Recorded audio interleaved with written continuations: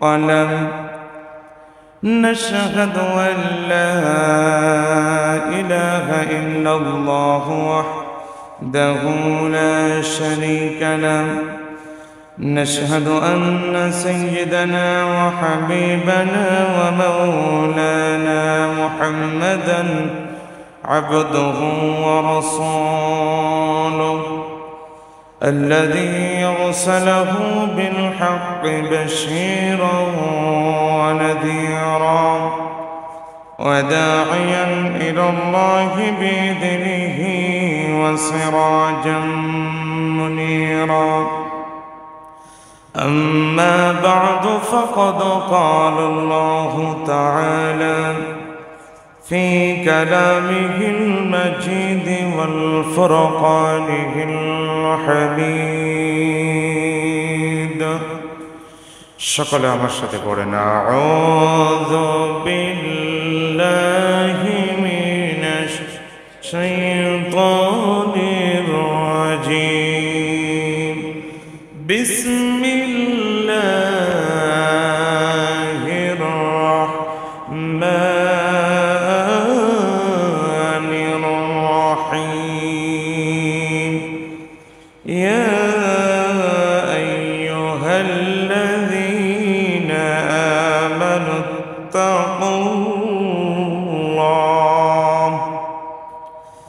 آمنوا اتقوا الله ولتنظر نفس ما قدمت لغد واتقوا الله إن الله خبير بما تعملون صدق الله العظيم وصدق رسوله النبي الكريم ونحن على ذلك من الشاهدين والشاكرين والحمد لله رب العالمين إن الله وملائكته يصلون على النبي يا أيها الذين آمنوا صلوا عليه وسلموا تسليما اللهم صل على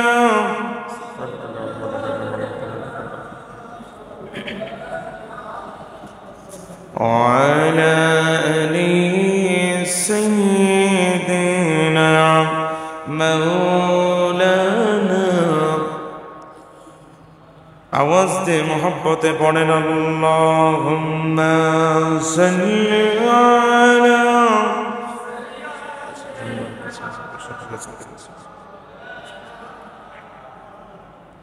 وعلى آل سيدنا مولانا আমাকে শহীদ করে সেই মিছিলে শামিল করে নিও আমাকে শহীদ করে সেই মিছিলে শামিল করে নিও যেই মিছিলের নেতা আমির হামজা খুবাইব খাব্বাব আল্লাহর ছিল যারা অতি প্রিয় শামিল করে নিও আমাকে শহীদ করে সেই মিছিলে শামিল করে নিও আল্লাহুম্মা সাল্লি আলা সাইয়্যিদিনা মাওলানা ওয়া আলা আলি সাইয়্যিদিনা মাওলানা বালাগাল উলা لكماله كشف الدجى بجماله حسنت جميع خصاله صلوا عليه لا إله إلا الله لا إله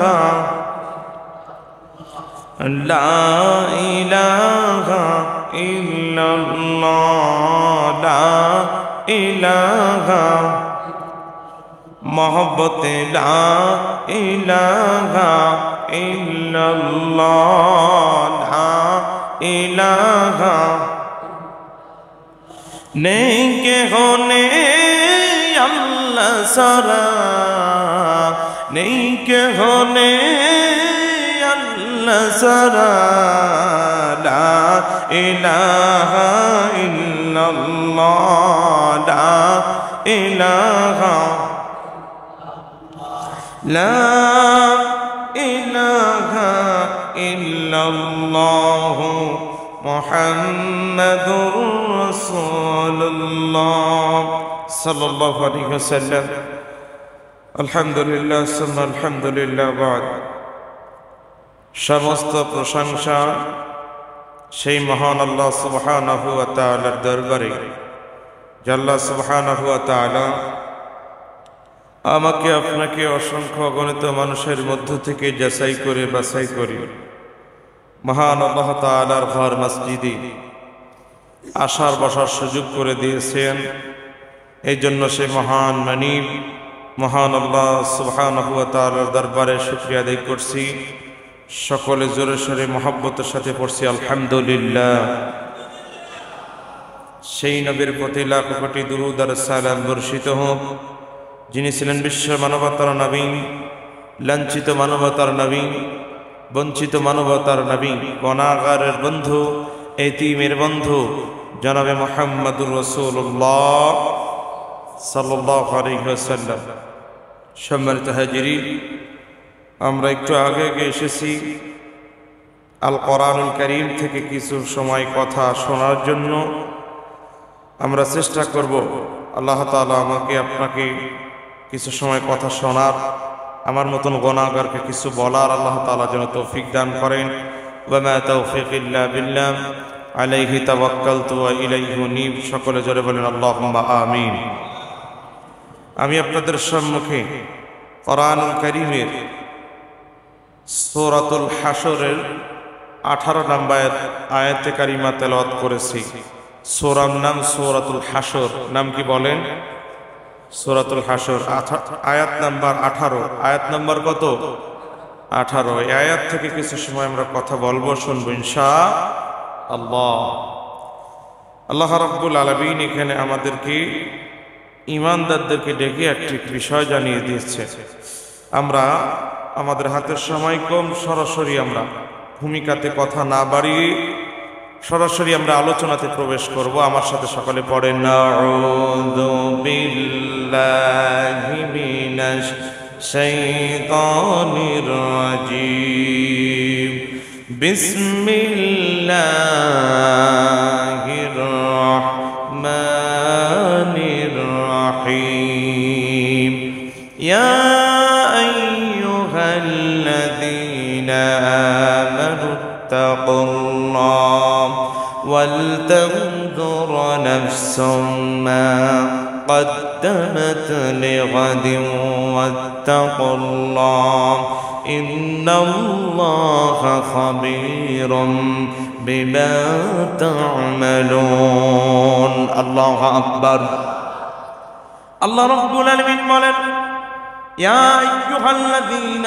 آمنوا اتقوا الله ওহে ঈমানদারগণেরা ইত্তাকুল্লাহ তোমরা আল্লাহকে ভয় করো। সবাই মিলে আওয়াজ দিয়ে বলেন কাকে ভয় করো? জোরে বলেন কাকে ভয় করো? আল্লাহ পাক বলেন ইয়া আইয়ুহাল্লাযীনা আমানু ইত্তাকুল্লাহ। এখানে কোনো কাফেরদেরকে আল্লাহ ডাকি নাই, কোনো বেঈমানকে আল্লাহ তাআলা ডাকি নাই, কোনো মুনাফিক যারা মুশরিক তাদেরকে আল্লাহ তাআলা ডাকি নাই। আল্লাহ রাব্বুল আলামিন ঈমানদারদেরকে নাম ধরে ডেকে বলছেন ইত্তাকুল্লাহ, ওহে ঈমানদারগণেরা তোমরা আল্লাহকে ভয় করো। এখানে আল্লাহ তাআলা চাইলে কাফেরদেরকে বলতে পারতেন, আল্লাহ তাআলা চাইলে মুশরিকদেরকে বলতে পারতেন, আল্লাহ তাআলা চাইলে বেঈমান যারা মুনাফিক তাদেরকে আল্লাহ তাআলা বলতে পারতেন। কিন্তু কেন ঈমানদারদেরকে আল্লাহ তাআলা ডেকে বললেন? কারণ গোটা পৃথিবীর মধ্যে ভয় যদি করতে হয়, ভয় যারা করে পৃথিবীর অন্য কেউ না, শুধুমাত্র ঈমানদারেরাই আল্লাহকে ভয় করে। কথা বলেন ঠিক কিনা? ওই আল্লাহ পাক ডেকে বললেন না, ও ঈমানদাররা শুনে নাও, ইত্তাকুল্লাহ, আল্লাহকে ভয় করো। কেন ভয় করতে হবে? কোন কারণে ভয় করতে হবে? আল্লাহ পাক বলছেন। শুধু তাই নাই, এখানে আল্লাহ রব্বুল আলামিন আরো সুন্দর করে চমৎকার করে বলেন ওয়াল তানজুর নাফসুম মা কদ্দামাত লিগাদিন ওয়াত্তাকুল্লাহ। আল্লাহ রব্বুল আলামিন ঈমানদারদেরকে ভয় করার মেসেজটা দেওয়ার পরে এরপর আল্লাহ পাক বলেন ওয়াল তানজুর নাফসুম মা কদ্দামাত লিগাদিন ওয়াত্তাকুল্লাহ। আর প্রত্যেকেই যেন লক্ষ্য রাখে ওই আগামী দিনের জন্য, আগামী কালের জন্য সে কি প্রস্তুত করে রেখেছে। এক কথায় আল্লাহ রাব্বুল আলামিন ঈমানদারদেরকে ডেকে বলছেন, ঈমানদারেরা তোমরা প্রত্যেকেই লক্ষ্য রাখবা আগামী কালের জন্য তোমরা কি প্রস্তুতি নিয়ে রেখেছো, এই দিকটা কিন্তু তোমাদের লক্ষ্য রাখার দরকার। আগামীকাল বলতে আজকে শুক্রবার, আগামীকাল শনিবার, এরকম আগামীকাল নাই, আগামীকাল নয়। তাফসীরে মুফাসসিরিনগণ আয়াতের ব্যাখ্যা করতে গিয়ে তারা লিখেছেন সমস্ত মুফাসসিরিনদের মত অনুযায়ী এই তাফসীরে মুফাসসিরিনগণ, প্রত্যেকটা তাফসীরে মুফাসসিরিনগণ এই আয়াতের ব্যাখ্যা লিখতে গিয়ে লিখেছেন আগামীকাল বলতে কিয়ামতের ময়দানের কথা বলা হয়েছে। এখানে আগামীকাল মানে কিয়ামতের ময়দানের জন্য কি কি আমরা প্রস্তুতি নিয়ে রেখেছি। ইয়াউমুল কিয়ামা, কিয়ামতের ময়দানের জন্য যেই জায়গায় আমাদের প্রত্যেককে দাঁড়ানো লাগবে, ওখানে কেউ কোনো ছাড় পাওয়া যাবে না। পাওয়া যাবে? কোনো ছাড় পাওয়া যাবে না। কিয়ামতের দিন কেউ কারোর কাছে কোনো সুপারিশ করবে না, কেউ কারোর কাছে আগায় পর্যন্ত আসবে না। আল্লাহ পাক বলেন ইয়াউমা ইয়াফিরুল মারউ মিন আখিহি ওয়া উম্মিহি ওয়া আবি ওয়া সাহিবাতিহি ওয়া বানি লিকুল্লি ইমরিইন মিনহুম ইয়াওমাইযিন শাআনুন ইউগনি। আল্লাহ পাক বলেন এমন একটি ময়দান আসবে, এমন একটি সময় আসবে যেই সময় কেউ কারোর কোনো পরিচয় দিবে না, মা সন্তানের পরিচয় দিবে না, সন্তান মায়ের পরিচয় দিবে না, ভাই ভাইয়ের পরিচয় দিবে না, বাবা সন্তানের পরিচয় দিবে না। এমন একটি কঠিন সময়, কঠিন ময়দান আসবে। আল্লাহ পাক বলেন বান্দা আমার, ও ঈমানদারগণেরা শোনো, ইত্তাকুল্লাহ, তোমরা আল্লাহকে ভয় করো। আর ওই দিনের জন্য তোমরা কি কি প্রস্তুতি নিয়ে রেখেছো সেটা অবশ্যই তোমাদেরকে জেনে রাখার দরকার। এরপরে আল্লাহ পাক আবারও বললেন ইত্তাকুল্লাহ, ও ঈমানদারগণেরা তোমাদেরকে আবারও আমি আল্লাহ বলে দিলাম তোমরা আল্লাহকে ভয় করো। কারণ কি ইন্নাল্লাহা খাবীরুম বিমা তা'মালুন। আল্লাহু আকবার। সব থেকে মজার মেসেজ হলো এটা, আল্লাহ পাক বলছেন বান্দা ইন্নাল্লাহা, নিশ্চয়ই আমি আল্লাহ, খাবীরুম বিমা তা'মালুন, তোমরা যা কিছু করো না কেন সব বিষয় ভালো মন্দ সব বিষয় আমি রব্বুল আলামিন খবর রাখি, আমার কাছে খোঁজ আছে। সব বিষয় পৃথিবীর কেউ জানে না, আমি আল্লাহ জানি। বলেন সুবহানাল্লাহ। আমার প্রিয় ভাইয়েরা, আমার মুরব্বী বাবাজিরা, এখান থেকে যদি আমরা ছোট্ট একটি ঘটনার দিকে যাই বুঝতে পারবো আল্লাহর ভয় থাকলে সব বিষয় যে আল্লাহ আমার খোঁজ খবর রাখেন, কোথায় কি করি, কোন অবস্থায় কি করি, গোটা পৃথিবীর কেউ জানে না, গোটা পৃথিবীর কেউ দেখে না, কিন্তু সর্বসময় সর্ব অবস্থায় জোরে বলেন দেখেন কি। আমার প্রিয় ভাইয়েরা, খলিফাতুল মুসলিমিন হযরত ওমরের ঘটনার মধ্যে আসছেন। হযরত ওমর রাদিয়াল্লাহু তাআলা আনহু মরুভূমির মধ্যে দিয়ে হাঁটতে শুরু করলেন সাথে কয়েকজন লোক নিয়ে। একটু কথাটা মনোযোগ দিয়ে শোনার চেষ্টা করবেন আর বোঝার চেষ্টা করবেন। দেখেন আল্লাহর ভয় কাকে বলে। আমরাও তো আল্লাহকে ভয় করি, তারাও আল্লাহকে ভয় করেছি। আল্লাহর ভয় কাকে বলে একটু মনোযোগ দিয়ে শুনব। খলিফাতুল মুসলিমিন হযরত ওমর রাদিয়াল্লাহু তাআলা আনহু সাথে কিছু লোক নিয়ে মরুভূমির মধ্য দিয়ে হাঁটতে শুরু করলেন। হাঁটতে হাঁটতে মরুভূমির মধ্যে যারা আমরা হেঁটেছি, এমনি সৌদি আরবের মধ্যে এমন অবস্থা, রাস্তা দিয়ে হাঁটতে গেলে প্রায় প্রত্যেকের হাতেই প্রায় পানির বোতল রেখে দেয়। কারণ ওই জায়গায় অতিরিক্ত তাপমাত্রার কারণে পানির পিপাসায় গলা পর্যন্ত শুকিয়ে আসে। আমার প্রিয় ভাইয়েরা, আমার মুরব্বী বাবাজিরা, হযরত ওমর রাদিয়াল্লাহু তাআলা আনহু কিছু সঙ্গে লোক নিয়ে মরুভূমির মধ্যে দিয়ে হাঁটতে শুরু করলেন। হাঁটতে হাঁটতে পানির পিপাসা লেগে গিয়েছে। এমন তো অবস্থায় দেখতে পেলেন একটি ছাগল বা বকরির দল দেখা যাচ্ছে। মরুভূমির মধ্যে কে যেন কিছু ছাগল রাখছেন, একজন রাখাল ছাগল রেখে বেড়াচ্ছেন। এমন ছাগলের একটি দল দেখে হযরত ওমর কাছে আগে গেলেন, লোকগুলাকে সাথে করে নিয়ে। যখন সামনে চলে গেলেন, যাওয়ার পরে দেখলেন একজন যুবক মানুষ ছাগলগুলা সব রাখালের মতন তিনি রাখছেন। একজন যুবক রাখাল ছাগলগুলো রেখে বেড়াচ্ছেন।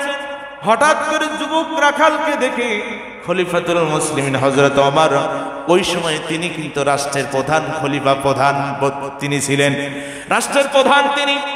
কিন্তু যুবক রাখাল হযরত ওমরকে কখনোই দেখি নাই, ওমরকে চেনেও না। এমন তো অবস্থায় হযরত ওমর যুবক রাখালের কাছে বললেন, ও যুবক রাখাল, আমরা খুব পানির পিপাসায়, আমাদের প্রত্যেকের প্রচুর পানির পিপাসা লেগেছে। ও রাখাল, তোমার কাছে একটু একটা আবদার করতে চাই।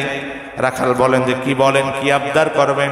ও মুসাফির, কি আবদার করতে চান বলেন। হযরত ওমর বলেন, রাখাল, তোমার এই বকরির থেকে, এই বকরির মধ্যে অনেকগুলো ছাগল এখানে দেখতে পাচ্ছি। ছাগলের মধ্য থেকে যেই ছাগলটার থেকে দুধ দহন করা যাবে, এমন একটা ছাগলের থেকে একটু দুধ দহন করে আমাদেরকে যদি তুমি দিতে, আমরা একটু পানির পিপাসা মিটিয়ে নিতাম। কথাটা বলার সাথে সাথে যুবক ডেকে বলে, ও মুসাফির, অবশ্যই দুধ দেওয়া যেত, কোনো সমস্যা নাই। কারণ ওই সময় আরব গোত্রের মধ্যে সমস্ত ছাগলের মালিকগুলা রাখালদেরকে বলে রাখতো, যদি কোনো মুসাফির এসে দুধ, যদি তারা পানির পিপাসা লেগে যায় বা ক্ষুধার কারণে যদি দুধ চাই, তোমরা অবশ্যই তাদেরকে কিছু দুধ পান করাইবা। এমন একটি প্রচলন ছিল। এই কথা বলে হযরত ওমর যখন ছাগলের রাখালের কাছে দুধ দহন করার কথা বললেন, সাথে সাথে রাখাল ডেকে বলেন, ও পথি, কে আপনি? আমি আপনাকে চিনি না, কিন্তু আপনাকে একটি কথা বলতে চাই। আমি যে আপনাকে যে ছাগল থেকে দুধ দহন করে আপনাকে খাওয়ার জন্য দিব, আপনাদেরকে খাওয়ার জন্য দিব, কিন্তু আমার মালিকের কাছ থেকে তো পারমিশন নেওয়া নাই। আমার মালিক তো কাউকে দেওয়ার অনুমতি দিই নাই। মালিকের অনুমতি না নিয়ে, মালিকের অনুমতিবিহীন যদি আমি আপনাকে যদি দুধ খাওয়াই দিয়ে, মালিকের এই আমানতের খেয়ানত যদি আমি আজকে করি ফেলি, আমি যদি আজকে করে ফেলি, কঠিন কিয়ামতের ময়দানে আমার আল্লাহর দরবারে আমাকে হিসাব দিতে হবে। কারণ আমি একজন মুসলমান, মুসলমান কখনো আমানতের খেয়ানত করতে পারে না। আর আমি যদি আমানতের খেয়ানত করি, কিয়ামতের ময়দানে আল্লাহর দরবারে আমাকে হিসাব দেওয়া লাগবে। কারণ আমি একজন মুসলমান, আমি আল্লাহকে ভয় করি। জোরে বলেন সুবহানাল্লাহ। কাকে ভয় করে? আল্লাহকে ভয় করে। এই কথা বলার সাথে সাথে হযরত ওমর অবাক হয়ে গেলেন। দেখে বললেন, যুবক, দিলে সমস্যা কোথায়? কি সমস্যা হবে বলো? যুবক দেখে বলে, না, এমন সলসাতরে 2 নম্বরে কাজ করতে পারি না। যে রাজ্যের প্রেসিডেন্ট, যে রাজ্যের খলিফা হযরত ওমর, সে রাষ্ট্রের মধ্যে এমন 2 নম্বরই কাজ আমি করতে পারি না। ওমর ডেকে বলেন, ও রাখাল, তোমার এই কাজের সংবাদ তো, তোমার এই 2 নম্বরের সংবাদ তো ওমর জানছে না, ওমর তো টের পাবে না। তুমি আমাকে একটু দাও। রাখাল ডেকে বলে না, ওমর টের পেতে না পারে, কিন্তু ওমরের রব, ওমরের আল্লাহ তো ঠিকই আমাকে দেখছে। বলেন সুবহানাল্লাহ। ওমর চিন্তা করলেন, সাংঘাতিক ঈমান, আল্লাহ আল্লাহকে খুব ভয় পায়, এত আমানতদারি। হযরত ওমর চিন্তা করলেন, আর একটু পরীক্ষা নিয়ে দেখা যাক যুবক মানুষ আসলেই কতটা আল্লাহকে ভয় করেন। পরীক্ষা আর একটু করে দেখা যাক কেমন তার মধ্যে আল্লাহর ভয়। হযরত ওমর রাদিয়াল্লাহু তাআলা ডেকে ডেকে বললেন, যুবক ঠিক আছে, বুঝতে পেরেছি, তোমাকে সুন্দর ভাষায় আরেকটা কথা বলে দিতে চাই। যুবক ডেকে ডেকে বলেন, কি বলবেন বলেন। হযরত ওমর ডেকে বলেন, ও যুবক, বুঝতে পেরেছি তুমি এমনি এমনি আমাদেরকে দুধ খাওয়াবা না, বকরির থেকে দুধ দহন করে খাওয়াবা না, বুঝতে পেরেছি। আমরা যেহেতু সবাই পিপাসিত এবং ক্ষুধার্ত, এই জন্য একটি বকরি আমাদেরকে তুমি দিয়ে দাও, যে বকরির থেকে আমরা সর্বপ্রথম দুধ পান করব, এরপরে বকরিটা জবাই করে আমরা গোশত রান্না করে খাবো, তাহলে আমাদের পিপাসাও মিটে যাবে, ক্ষুধার যন্ত্রণাও নিবারণ হয়ে যাবে। বিনিময়ে একটি বকরির যে মূল্য হয়, দাম হয়, সেই দামটা তোমাকে দিয়ে দিব। আর তোমার মালিক যদি তোমাকে জিজ্ঞাসা করে, তুমি বলে দিবা এই মরুভূমির মধ্যে হিংস্র প্রাণী এসে একটি বকরি ধরে নিয়ে চলে গিয়েছে, কিছু করার নাই।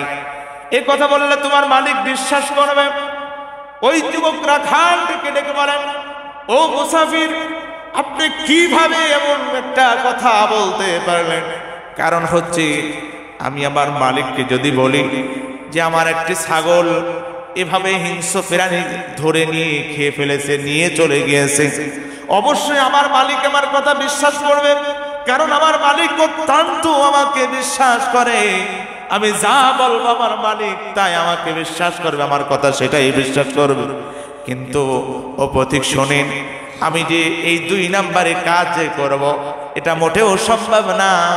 কারণ আমার মালিক দেখছে না, এই ছাগলের যিনি মালিক তিনি হয়তো বা দেখতে পারছেন না, কিন্তু এই যে 2 নাম্বারই ধোঁকাবাজি যে কাজটা করব, এটা পৃথিবীর কেউ দেখুক আর না দেখুক, দেখেন আল্লাহ। জোরে বলেন, কে দেখেন? হযরত ওমরকে বলছেন, এটা তো আল্লাহ দেখবেন, এটা আমার দ্বারা করা সম্ভব না, আমি আল্লাহকে ভয় করি। আল্লাহু আকবার বলেন। কারণ যাদের মধ্যে আল্লাহর ভয় আছে তারা কখনো 2 নাম্বারে ধোঁকাবাজি করতে পারে। যাদের হৃদয়ে আছে আল্লাহর ভয়, তারা কবু পথ ভুলে যায় না। আল্লাহর প্রেম ছাড়া এই দুনিয়ায় কারো কাছে কোনো কিছু চাই না। ঠিক কিনা বলেন? আমার সাথে একটু বলেন। যাদের হৃদয়ে আছে আল্লাহর ভয়, তারা কবু পথ ভুলে যায় না। আল্লাহর প্রেম ছাড়া এই দুনিয়ায় কারো কাছে কোনো কিছু চাই না। কথা বলেন, ঠিক কিনা? যুবকের মধ্যে আল্লাহর ভয় দেখে হযরত ওমর অবাক হয়ে গেলেন। দেখে বললেন, রে যুবক, আগামীকাল খলিফাতুল মুসলিমিন হযরত ওমরের দরবারে তুমি একটু দেখা করতে যাবা, হযরত ওমরের সাথে তুমি একটু সাক্ষাৎ করে আসবা। এ কথা বলে দিয়ে চলে আসলেন। পরের দিন যুবক চিন্তায় আছে, কারণ কি এমন ভুল হয়ে গেল কিনা, কোন অপরাধ করে ফেলেছে কিনা। কারণ হযরত ওমর এমন একজন ব্যক্তি ছিলেন, তিনি ছিলেন এমন একজন কঠোর রাগী একজন ব্যক্তি। হযরত ওমর নরম ছিলেন না, হযরত ওমর ছিলেন গরম। কি ছিলেন? নরম না গরম? এমন গরম সাহাবী ছিলেন। হযরত ওমরের কথা শুনে সাহাবী ওই যুবক রাখালের মধ্যে ভয় শুরু হয়ে গেল। ঘটনাটা কি? পরের দিন যখন হযরত ওমরের সাথে দেখা করার জন্য যুবক ছুটে গেলেন, যখন রাজপ্রাসাদের মধ্যে যখন প্রবেশ করলেন, এমন তো অবস্থায় হঠাৎ করে যুবক তাকিয়ে দেখে যে লোক গতকাল আমার কাছে মরুভূমির মধ্যে আমার কাছে দুধ চেয়েছিল, ছাগল চেয়েছিল, তাকিয়ে দেখে ওই ব্যক্তি হযরত ওমরের সিংহাসনে বসে আছে। বলেন সুবহানাল্লাহ। যুবকের মধ্যে আরো ভয় বেড়ে গেল, কি করেছি, কি অন্যায় হলো তাহলে। এমন তো অবস্থায় কিন্তু যুবক নিজে তো অন্যায় করি নাই, যার কারণে যুবক নিজের মনের মধ্যে এত ভয় পায় না। কারণ যুবক তো যা কাজ করেছে সঠিক কাজ, উত্তম কাজ করেছে। যুবক সামনের দিকে যখন আগায় যায়, হযরত ওমর রাদিয়াল্লাহু তাআলা আনহু সিংহাসন থেকে দাঁড়িয়ে দৌড়ে যে যুবককে জোরে দৌড়ে বলে, যুবক ও রাখাল যুবক, তুমি কি এমন মনের মধ্যে আল্লাহর ভয় তুমি অর্জন করেছো? আমি ওবারে তুমি বলে দাও। কারণ যে ভয় মরুভূমির মধ্যে কি মনের মধ্যে ভয় অর্জন করেছো, যে ভয়ের কারণে মরুভূমির মধ্যে গোটা পৃথিবীর কেউ দেখে না, গোটা পৃথিবীর অন্য কোন মানুষ যেখানে ছিল না, ওই জায়গায় তুমি চাইলে আমাদেরকে ছাগল দিয়ে দিতে পারতে, চাইলে দুধ দহন করে খাওয়াইতে পারতে, কিন্তু খাওয়াইলে না। তুমি একমাত্র আল্লাহকে ভয় করেছো। কি এমন তোমার মধ্যে ভয় অর্জন করেছো বলে দাও, আমি আবার ওই তোমার মতন ভয় আমি অর্জন করতে চাই। বলেন সুবহানাল্লাহ। আমার প্রিয় ভাইয়ের, আমার মুরব্বী বাবাজিরাম, যার মধ্যে আল্লাহর ভয় থাকবে ওই ব্যক্তির দ্বারা কখনো অন্যায় কাজ করা সম্ভব হবে, কখনো সম্ভব হবে না। অন্যের ক্ষতি করা সম্ভব হবে না, অন্য মানুষের একটি টাকা মেরে দেওয়া সম্ভব হবে না, অন্য মানুষের জমি জমা আত্মসাৎ করে নেওয়া কখনোই সম্ভব হবে না। কারণ আমি যা করি গোটা পৃথিবীর কেউ দেখে না। দেখেন কি আল্লাহ পাক ওই কথাই বললেন, ইন্নাল্লাহা খাবীরুম বিমা তা'মালুন। আল্লাহু আকবার। আল্লাহ পাক বলেন, বান্দা নিশ্চয় আমি আল্লাহ তোমাদের সব ব্যাপারে খবর রাখি। কোথায় কি করো, কোন অবস্থায় কি করো, গোটা পৃথিবীর কেউ জানুক আর না জানো, জোরে বলেন জানে কি? আল্লাহ জানেন। শুধু তাই নাই, এটা তো ছেলেদের কথা বললাম, আমার মা বোনদের মধ্যেও আল্লাহর ভয় থাকার দরকার। আমার মা বোনদের মধ্যেও আল্লাহর ভয় থাকার দরকার। কারণ আমার বাংলাদেশে হলো মা বোনেরাই সরকার। কথা বলেন ঠিক ঠিক? দরকার আছে না নাই? আছে। প্রিয় ভাইরা আমার, আপনারা অনেকে জানেন, তাও স্মরণ করে দেওয়ার জন্য বলছি। এই রাষ্ট্রের প্রেসিডেন্ট হযরত ওমর, তার কাজ ছিল প্রতি রাত্রে মানুষের ঘরের কাছাকাছি গিয়ে দাঁড়াতেন, কে কি আলাপ করতেন, কে কি অবস্থায় আছেন একটু খোঁজ খবর নিতেন। এই হযরত ওমর একদিন গভীর রাত্রে বাহিরে যখন গিয়েছেন খোঁজ খবর নেওয়ার জন্য, হঠাৎ করে তাকিয়ে দেখে একটি ঘরের মধ্যে নিভু আলো জ্বলছে। এমন তো অবস্থা দেখে হযরত ওমর রাদিয়াল্লাহু তাআলা আনহু সামনের দিকে আগে গেলেন, যে দেখলেন একটি ঘরের মধ্যে দুইজন মহিলা মানুষের কণ্ঠের আওয়াজ পাওয়া যায়। এমন অবস্থা দেখে হযরত ওমর রাদিয়াল্লাহু তাআলা আনহু একটু থেমে পড়লেন, একটু দাঁড়ালেন, দেখে কি আওয়াজ দেয়, কি কথা বলে। হঠাৎ করে কানে আওয়াজ ভেসে আসলেন, একজন মহিলা, একজন বয়স্ক একজন মহিলা ডেকে ডেকে বলছেন, ও মেয়ে, এই যে আজকে ছাগলের যা দুধ দহন করা হবে, এই ছাগলের দুধ তো অল্প হয় প্রতিদিন, আজকে আমাদের অনেক কিছু বাজেটের দরকার, অনেক কিছু দরকার, সেহেতু আজকে এই দুধের মধ্যে অল্প পানি মিশাবা। কি মিশাবা? সবাই বলেন। আমাদের এলাকার মা বোনেরা দুধের মধ্যে পানি মিশাই না, সব তো রাবিয়া বসরি নাকি? এখন না জেনে কোনো বাড়ির থেকে দুধ নেওয়া রিস্ক। কারণ যদি হাফ কেজি যদি দুধ দেয়, দুধের মধ্যে 1 পোয়া পানি দিবে, ঠিক কিনা বলেন? কমপক্ষে আধা পোয়া পানি দিবে। পানি দিবে কোন রকম মিস নাই, কয় আমার বাড়ির দুধ খুব ঘন, পানি দিলেও বোঝা যায় না। আছে না? না। ও মা বোনেরা, একটু আপনাদের ঘটনার থেকে শিক্ষা নেওয়ার দরকার। কারণ অনেকের মধ্যে এমন সলচতারি আছে, অনেকের মধ্যে এরকম 2 নম্বরে কাজ করার অভ্যাস আছে, অনেকে না জেনে অনেকে না বুঝে করছেন। যারা আজকের ওয়াজটা শুনছেন, শোনার পর থেকে আশা করি এই 2 নম্বরে কাজ আর করবেন না। কারণ দুধের মধ্যে পানি মিশে ওজনে ভার করলেন, ওজনে বেশি করলেন, এর কারণে কিয়ামতের ময়দানে আল্লাহর কাজ করায় আপনাকে দাঁড়ানো লাগবে, হিসাব দেওয়া লাগবে। আমার প্রিয় ভাইয়ের, আমার বাবাজিরা, ওই মা ডেকে বললেন, মহিলা তার মেয়েকে ডেকে বলছেন, ও মেয়ে, আজকে দুধের মধ্যে একটু বেশি করে পানি মেশাবা, যেন একটু দুধটা বেশি হয়, বেশি করে বিক্রয় করতে পারি। ডেকে ডেকে বললেন, না মা, এটা কখনোই সম্ভব না। কারণ কি, দুধের মধ্যে পানি মিশাইলে 2 নাম্বারি করলে, ভেজাল করলে, এটা তো কখনোই ঠিক হবে না। কারণ এই 2 নাম্বারি আর এটা যাই করে এটা অনুচিত, এটা মোটেও উচিত হবে না। মা ডেকে বললেন, তুমি কি মনে করো এই যে আমরা যে কাজটা করছি কেউ তো দেখছে না, এই ঘরের মধ্যে কেউ তো নাই, এখানে কেউ তো দেখতে পাচ্ছেন না, কেউ দেখবে না, সেহেতু আমরা এই কাজ করলে কোনো অসুবিধা হবে? কোনো অসুবিধা হবে না। আমরা যদি এইভাবে 2 নম্বরে যদি করি কেউ দেখতে পারবে না। মেয়ে ডেকে বলে, মা তুমি কি জানো না যেখানে পৃথিবীর কেউ দেখে না সেখানে জোরে বলেন দেখে কি? মেয়ে ডেকে বলছেন, মা ওখানে তো আল্লাহ পাক দেখেন, আল্লাহ রাব্বুল আলামিনের চক্ষু তো ফাঁকি দিতে পারবো না, সর্বাবস্থায় সব কিছু আল্লাহ তাআলা দেখেন। ও মা আমি যে 2 নম্বরে করব, দুধের মধ্যে পানি মিশাবো, এটা তো আল্লাহ ঠিকই দেখেন। আমি আল্লাহর চোখে এভাবে আল্লাহর সামনে এভাবে আমি 2 নম্বরে করতে পারবো না, কারণ আমি একজন মুমিন, আমি একজন মুসলমান, আমি হলো ইত্তাকুল্লাহ, আমি একমাত্র আল্লাহকে ভয় পাই। জোরে বলেন সুবহানাল্লাহ। কথা শোনার সাথে সাথে মা বললেন, না তুমি আল্লাহকে যতই ভয় পাও তুমি এই কাজটা করা লাগবে। এমন তো অবস্থায় মেয়ে বললেন, মা তুমি কি জানো না এই রাষ্ট্রের প্রেসিডেন্ট হযরত ওমর, তুমি যে এরকম কথা বলেছো, আমাকে যে পিড়াপিড়ি করছো, জোর করছো দুধের মধ্যে পানি মিশানোর জন্য, এই খবর যদি কোনো রকম হযরত ওমর জানতে পায় তাহলে কিন্তু তোমার অবস্থা খারাপ আছে। দেখে বলছেন, মা বলেন, ও মেয়ে এখানে তো ওমর দেখবে কি করে, কেউ জানতে পারবে না, ওমরও বুঝতে পারবে না, সমস্যা নাই। এ কথা বলতে দেরি হয়েছে, হযরত ওমর আওয়াজ দিয়ে ডেকে বলেন, মামি তোমরা 2 জনই আগামীকাল আমার রাজ্যে তোমরা উপস্থিত হবা, তোমরা 2 জন আমার সাথে দেখা করবা। এমন কথা বলার সাথে সাথে 2 জন মামের মধ্যে একটি ভয় শুরু হয়ে গেল। 2 জন একত্রিত হয়ে হযরত ওমরের দরবারে চলে গেলেন।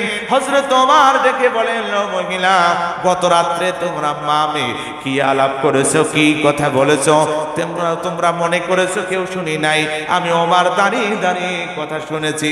ও মহিলা শোনো, আমার ছেলের জন্য পুত্রবধূ হিসাবে একজন ছেলের কে বিবাহ দেওয়ার জন্য একজন আমার ছেলের স্ত্রী খোঁজাখুঁজি করছিলাম, কিন্তু একজন সতী নারী কোথায় পাবো, আমার কাছে খুব একটা পাচ্ছিলাম না। হঠাৎ করে তোমার মেয়ের মধ্যে যে সততা, তোমার মেয়ের মধ্যে যে তাকওয়া আমি পেয়েছি। ও মহিলা তোমার তো বিচার করার দরকার ছিল, কিন্তু তা না করলাম না। তোমার মেয়ের মধ্যে আল্লাহর ভয় দেখে, তোমার মেয়ের মধ্যে যে আল্লাহর ভয় আছে, যার কারণে তোমার মেয়েকে আমার পুত্রবধূ হিসাবে গ্রহণ করে নিলাম। বলেন সুবহানাল্লাহ। মহিলা ডেকে বলছেন, আমার তো রাজ কপাল, আমার কপাল খুলে গেছে, ভাগ্য ভালো। কয় তোমার ভাগ্য ভালো, তোমার মেয়ে ভয় করে আল্লাহকে, যার কারণে আমি আমার ছেলের জন্য আল্লাহ ভীরু খোদা ভীরু একজন মেয়েকে আমি পছন্দ করেছি। এখানে তাছাড়া অন্য কিছু, এখানে অন্য কোনো কারণ নাই। প্রিয় ভাইরা, আমার মুরব্বী বাবাজিরা, আমার মা বোনদের মধ্যে যদি আল্লাহর ভয় থাকে, মা বোনদের মধ্যে যদি আল্লাহর ভয় থাকে, তারা অবশ্যই কখনোই গুনার মধ্যে জড়িত হতে পারবে না। আর একজন সতী যদি একজন মা হয়, 100% তার পেট থেকে যে সন্তানগুলো হবে তারাও সৎ হবে। কথা বলে ঠিক কিনা? আর মা যদি হয় চুরি করে, কায়দা কৌশল করে এখান থেকে ওখান থেকে চুরি করে, তাহলে সন্তান পেট থেকে কি আব্দুল কাদের জিলানী হবে? না, মা যেমন হবে। অনেক সময় এই জন্য কথা এসেছিলেন, একজন বলেছিলেন যে আমাকে একজন শিক্ষিত মা দিও, আমি একটা শিক্ষিত জাতি উপহার দিব। এই জন্য মা বাবা উভয়ে 2 জনের মধ্যে আল্লাহ তাআলার ভয়ে থাকার দরকার আছে না নাই? জোরে বলেন, আছে না নাই? এখন সারা জীবন মা বাবা উল্টা পাল্টা কাজ করে, আর সন্তানের জন্য হুজুরের কাছে এসে দোয়া চাই, হুজুর আমার সন্তানের জন্য দোয়া করেন, আল্লাহ যেন বড় একটা আলেম বানায়। তুমি সারা জীবন করছো কি? তোমার সন্তান তো কিছুটা তো পাবেই, ঠিক কিনা বলেন? প্রিয় ভাইরা আমার, এই জন্য আমরা আমাদের প্রত্যেকের মধ্যে আল্লাহর ভয় থাকার দরকার আছে না নাই? অবশ্যই আছে, কারণ কিয়ামতের ময়দানে আমাদের ওঠা লাগবে, হিসাব দেওয়া লাগবে, জবাবদিহিতা করা লাগবে। এই জন্য দুনিয়াতে সর্বসময় সর্বাবস্থায় আল্লাহ তাআলার ভয় আমাদের মধ্যে রেখে সমস্ত গুনার কাজ থেকে আল্লাহ তাআলা যেন আমাদেরকে হেফাজত করেন। সকলে বলি আল্লাহুম্মা আমিন। আমরা গুনার কাজ ছেড়ে দিব, নেকির কাজ ধরবো। আল্লাহ যেন তৌফিক দান করেন, আমিন। আর কথা বাড়াবো না, আমরা দুআর দিকে চলে যাব। আল্লাহুম্মা আমিন। ربنا ظلمنا أنفسنا وإن لم تغفر لنا وترحمنا لنكونن من الخاسرين ربنا آتنا في الدنيا حسنة وفي الآخرة حسنة وقنا عذاب النار وأدخلنا الجنة مع الأبرار ইয়া আজিজ ইয়া গফফার ইয়া রাব্বাল আলামিন। রব্বুল আলামিন, আমরা কতিপয় গুনাহগার বান্দা, গুনার বোঝা মাথায় নিয়ে তোমার আলিশান দরবারে দুখানা হাত উঠিয়েছি। আল্লাহ মেহেরবানি করে তুমি আমাদের জীবনের সমস্ত গুনাহ মাফ করে দাও। ওগো রব্বুল আলামিন, আল্লাহ তাআলা আমরা একত্রিত হই কিছু সময় ধরে কোরআন হাদিস থেকে কথা বলেছি, শুনেছি, তোমার নবীর শানে কয়েকবার দরুদ আর সালাম পাঠ করেছি। আল্লাহ মেহেরবানি করে দুরুদ আর সালামটুকু সোনার মদিনায় নবী পাকের রওজা মুবারকে পৌঁছায়া দাও। तमाम पृथिवीर माटिर नीचे যত মুমিন মুমিনা যত মুসলিমিন মুসলিমাত চিরবিদায়িনী ওই গহীন কবরে ঘুমিয়ে আছে, আল্লাহ মেহেরবানি করে প্রত্যেকের রূহ মুবারক সবের হাদিয়াটুকু পৌঁছায়া দাও। রব্বুল আলামিন, আল্লাহ আমরা যারা হাত তুলেছি আমাদের মধ্য থেকে অনেকের আব্বা আম্মা দাদা দাদি নানা নানি খালা খালা আত্মীয় স্বজন পাড়া প্রতিবেশী চিরবিদায় নিয়ে গহীন কবরে ঘুমিয়েছে। আল্লাহ মেহেরবানি করে প্রত্যেকের রূহ মুবারক সবের হাদিয়াটুকু পৌঁছায়া দাও। আল্লাহ আমাদের মহব্বতের মানুষগুলো যারা চিরবিদায় নিয়ে গহীন কবরে ঘুমিয়েছে, আল্লাহ প্রত্যেকের কবর তুমি জান্নাতের বাগান বানিয়ে দাও। কবরে আযাব হয়ে থাকলে আযাব তুমি মাফ করে দাও। আল্লাহ আমাদের আব্বা আম্মা যাদের বেঁচে আছে হায়াত বানিয়ে দাও। আমাদের আব্বা আম্মা যাদের অসুস্থ সুস্থ করে দাও। আমরা যারা অসুস্থ আছি সুস্থ করে দাও। ঋণগ্রস্ত যারা আমাদের ঋণ পরিশোধ করার তৌফিক দান করে দাও। রব্বুল আলামিন, গোটা বিশ্বের মুমিন মুসলমানদের উপর তোমার খাস রহমত আর বরকত নাজিল করো। রব্বুল আলামিন, আমাদের থেকে সমস্ত গজব তুমি উঠিয়ে নাও তোমার রহমতের। রব্বুল আলামিন, তুমি আমাদের উপর তোমার খাস রহমত বরকত নাজিল করে দাও। রব্বুল আলামিন, আল্লাহ তাআলা গোটা বাংলাদেশের মানুষগুলো আজকে রহমতের দৃষ্টির জন্য আজকে সকলে ছটফট করছে। আল্লাহ কত জায়গায় টিউবওয়েলে পানি পর্যন্ত পাই না। রব্বুল আলামিন, আমাদের উপর তুমি নারাজ হয়েছো, আমাদের গুনাহের কারণে আসমানের রহমতের বৃষ্টি বন্ধ করে দিয়েছো। মালিক, আমাদের গুনার দিকে না তাকে তোমার রহমতের দিকে তাকে তুমি তোমার আসমানের রহমতের বৃষ্টিটা আমাদের জন্য বর্ষণ করে দাও। রব্বুল আলামিন, আমাদের প্রত্যেকের মনে নেক আশা আকাঙ্ক্ষা কবুল করে নাও। আমার সাথে যত মা বোনেরা হাত তুলেছে মা বোনদেরকে তুমি তাকওয়াবান আল্লাহ ভীতু ব্যক্তি হিসেবে তুমি কবুল করে নাও। রব্বুল আলামিন, তাদের মধ্যে আল্লাহর ভয় তুমি পরিপূর্ণ দিয়ে দাও। আল্লাহ তাআলা, আমরা যারা ছেলেরা যারা হাত তুলেছি আমরাও যেন পরিপূর্ণ তোমাকে ভয় করতে পারি এই তৌফিক তুমি দান করে দাও। আল্লাহ, সমস্ত সময় তোমার ভয় মনের মধ্যে রেখে গুনার কাছ থেকে দূরে থাকতে পারি তৌফিক দান করে দাও। রব্বিরহামহুমা কামা রব্বায়ানি সগীরা। আল্লাহুম্মা রব্বিরহামহুমা কামা রব্বায়ানি সগীরা। আল্লাহ, আমরা যারা হাত তুলেছি বাইরে থেকে যত মেহমান এসেছে আল্লাহ আমাদের সবাইরে কবুল করে নাও। প্রত্যেকের মনে নেক আশা আকাঙ্ক্ষা কবুল করে নাও। মালিক, যেদিন তুমি আমাদের নামে মালাকুল মউত আজরাইল আলাইহিস সালাতু ওয়াস সালাম পাঠাইবা ওই দিন আমাদের সকলের জবানে জারি আর শারি করে দিও মধুর কালিমা লা ইলাহা ইল্লাল্লাহ মুহাম্মাদুর রাসূলুল্লাহ সাল্লাল্লাহু আলাইহি ওয়াসাল্লাম। আসসালামু আলাইকুম ওয়া রাহমাতুল্লাহি ওয়া বারাকাতুহু।